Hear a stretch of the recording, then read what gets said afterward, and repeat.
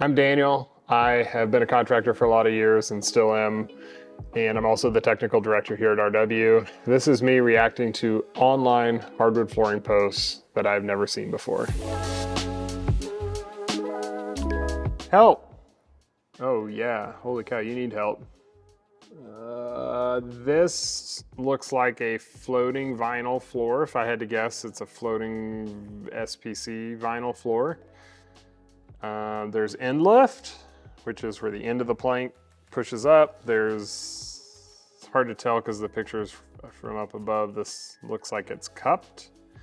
And then the locking mechanisms are completely broken all along this stair step.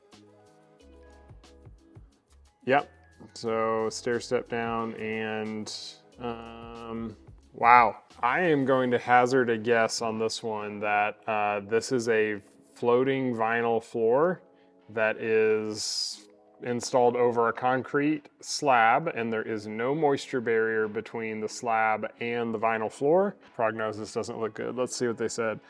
I'm 3 years into the house I bought and the floor is buckling all through it. Is it because the planks were placed too close to the edges of other planks? I'm assuming he means the ends. I'm going to try and reinstall myself and don't want to make the same mistake. Also, concrete subfloor, there we go, that had foundation issues in the past. Floor is kind of wavy in spots. There you go, wavy is cupping. That's how a lot of homeowners describe cupping. Any suggestions on flooring types? Yeah, that prognosis doesn't look good. So I think the issue is it's over a concrete subfloor and they probably didn't put a moisture barrier down because a lot of people buy a vinyl floor and they think, oh, the planks are waterproof. And sometimes they even have the stamp waterproof on the box, but it's more like waterproof asterisk, which means like technically you can take that plank and you can throw it in a bathtub for days and take it out, let it dry off, and it's fine. So it's waterproof, whereas like you couldn't do that with wood. But when you install that over a concrete subfloor or any floor, mainly concrete, that has a lot of moisture come up and back up underneath the product, you create hydrostatic pressure and you will get the planks start to cup, which means side to side, the sides of the boards are higher than the middle of the board, and then end to end, you'll get the end of the board lifting up like a ski as all that moisture underneath is trying to escape, because essentially you've put a moisture barrier over the top of the concrete in the form of the floor you installed because it doesn't let moisture pass through. And now all of that moisture is going to affect the planks. So yeah, the homeowner is gonna have to reinstall that floor. There's really nothing you can do once all those planks are broken.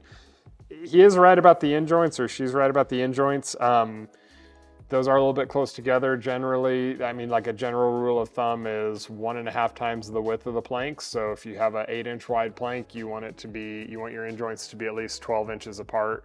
When they're too close together, you just create a hinge in the floor. Like the floor can kind of flex along that diagonal hinge, and extra flex in a floor like this with locking mechanisms is not a good thing. You can always buy good old reliable sheet vinyl, or some carpet would work out well.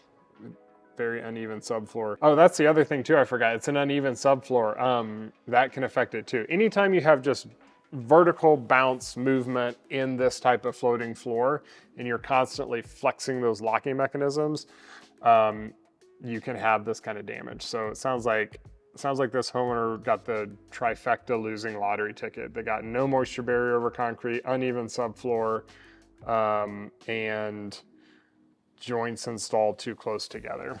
Probably your floor not being level. I wonder if they left expansion gaps. If your LVP, if your flooring is LVP, boards are supposed to lock into each other. Not sure what the appropriate fix would be. I just rip it out and redo it the right way. Not an expert, but I did my own flooring. I love people on Reddit that disclose they're not an expert. I mean, not sarcastically, I really do love that, because then you can take their opinion, hopefully weighted against other opinions correctly. Looks like your thin LVP floor was laid over concrete without a proper vapor barrier. There we go, Devia 2179. So yeah, sometimes if you catch that one-off like damaged board or something early on and it's a correctable issue, then you can fix it without having to do a full floor replacement. But in this case, I mean, you are looking at a full floor replacement. So it's a little bit of a double-edged sword because floating floor products and the installation method is less expensive, but you also need to, along with that, make sure that you have the right knowledge and the right process and method, and you read the manufacturer's instructions to make sure you're not skipping over something like, hey, we require a moisture barrier under our product, because I guarantee this floor requires a moisture barrier under it. Almost every one of these floors does. So unfortunately, it's a hard lesson to learn, but my dad always said a college education costs a lot of money too, so there are different ways of gaining experience. Okay.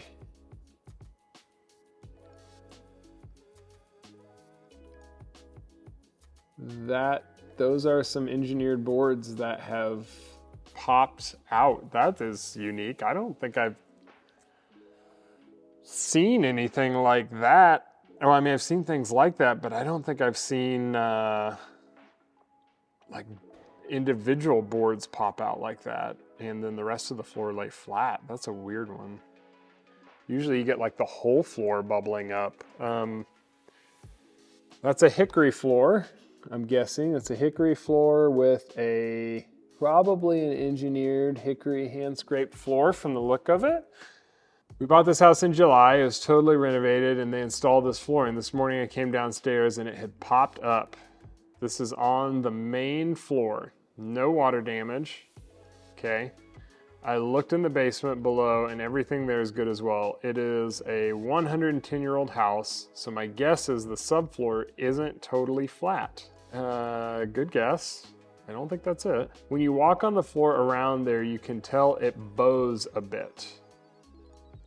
It was like that when we bought the house. Am I okay to just nail this down? It's been very dry and cold here in the Midwest, so my guess is that has something to do with it. When people reach out to me about flooring issues, and oftentimes it comes in the form of like this type of description, I usually have to email back a few times with like just super annoying questions, trying to eliminate certain factors to try to figure out what the issue is. Because like this, it could be, you know, many different things. Like I'm guessing that's an engineered floor.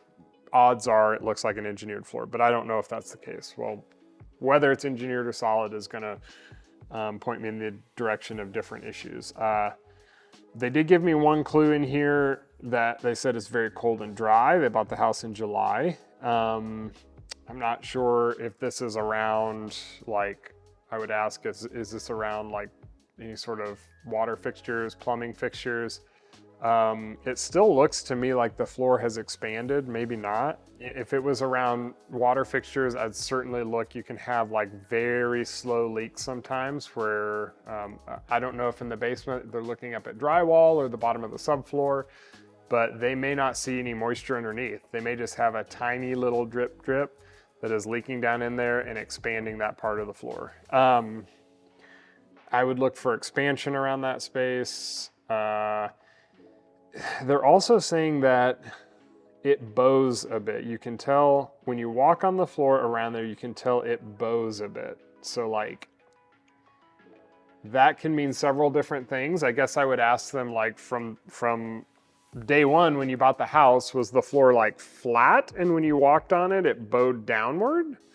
Or has there always been like a hump in the floor and when you walk across the hump bows downward? That would be one thing. I don't know if this is a floating floor or a nail down floor. Like maybe it could be that they installed it tight and when the homeowner moved in, there was a bow like this, and then just over time, like walking on that bow, you're flexing the floor and now all of a sudden like part of it flexed down and separated from the other part. That could be an option. They said it's very cold and dry in the Midwest. When it gets very cold and dry, specifically dry, which comes about because it's cold, engineered floors build up a lot of internal tension, and the layers in the engineered floor can actually rip themselves apart if that internal stress gets to be too high. So It could be that they actually have engineered boards all just like ripping themselves apart, which is called shear, or coming apart at the glue line, which is called delamination. That is not an uncommon thing for engineered floors in general to have. However, the reason why I don't tend to think about that as like the first explanation for this is because you have 3 boards right in a row, bing, bing, bing, that all are coming up. Usually if it's shear delamination, it's more just like a random board here or there. You don't have 3 right in a row. So I think there's something more going on to this with this. And it's hickory. Hickory expands and contracts a little bit more than it has a little bit more expansion contraction than other species of wood. So you shouldn't have gone to sleep. If you had guarded your floor, it would not have done that. That's weird. You shouldn't be able to do that unless they cut the tongues off. It is weird, but there are clearly tongues in that picture. It's right up against a wall. I think it's just lacking expansion if it's right up against a wall. Let's see here. They didn't leave a 1/4 inch gap for expansion. Yep, check the edges. That's what I think. I mean, you know, they're saying it's winter time, which means the floor would usually shrink a little bit, but if it's engineered, it won't shrink that much. And if they're saying there's always been a bow in the floor, then I'm guessing they just slapped a floor in, it expanded, hit the wall, back pressure, put a little bow in it, and they've just walked over it, like flexing, flexing, flexing, and finally it just like crashed down through. Or just the tension, you know, like they went to bed, and then the tension in it just finally went crack, and now they're awake with a floor that looks like that. The end joints of those two planks are way too close together. I agree with that.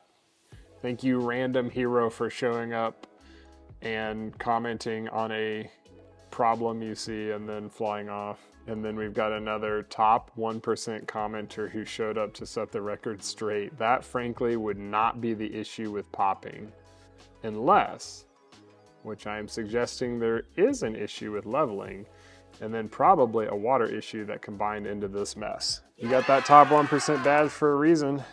Yeah, I think the comments on this are all over the place because this request is not, in pictures, not specific enough to narrow it down from the 10 things it could be. So I am right there with you commenters on not knowing exactly what this is, but like stabbing all over in the dark to try to find the ghost.